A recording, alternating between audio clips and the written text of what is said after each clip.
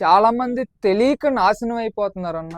నిజంగా state government, central government, ఇప్పుడు central government వచ్చేప్పటికి 10థ్ ఇంటర్ బేస్ మీద చాలా జాబ్స్ అనేవి ఉన్నాయన్న. నేను విజయవాడ వచ్చి ఈ ఫీల్డ్లోకి వచ్చిన తర్వాత నాకు ఇన్ని జాబ్స్ ఉంటాయి ఆ 10థ్ ఇంటర్ బేస్ మీద, కరెక్ట్గా కష్టపడితే ఈజీగా జాబ్ కొట్టుకోవచ్చే అనిపిస్తుంది ఒక్కొక్కసారి అయితే. నిజంగా చెప్తున్నాను, మా ఊరు పల్లెటూరు అన్న, గైడ్ చేసేవాళ్ళు లేరు, సపోర్ట్ చేసేవాళ్ళు లేరు, చెప్పేవాళ్ళు లేక చాలా మంది ఎంబీఏలు, ఎంఎస్సీలు, ఇంజనీరింగ్లు చేసి రోడ్ల మీద తిరిగే వాళ్ళు చాలా మంది ఉన్నారు. ప్రైవేట్ జాబ్లు 10-15 వేలకి చేసుకుంటూ అలా బతికే వాళ్ళు కూడా ఉన్నారు. నిజంగా కరెక్ట్గా గైడెన్స్ తీసుకుని వెళ్తే 22-23 సంవత్సరాల్లో మంచి జాబ్లో కూర్చోవచ్చు అన్న. సెంట్రల్ గవర్నమెంట్లో వచ్చి కొంచెం ఫిజికల్గా కష్టపడాలి అంతే.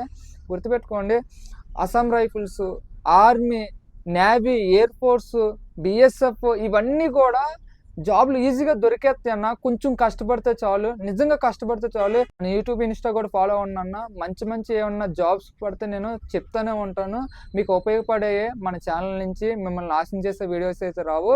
Thank you so much. Follow అవ్వండి, మంచి మంచి వీడియోస్తో మళ్ళీ మీ ముందుకు వస్తాను. జై హింద్.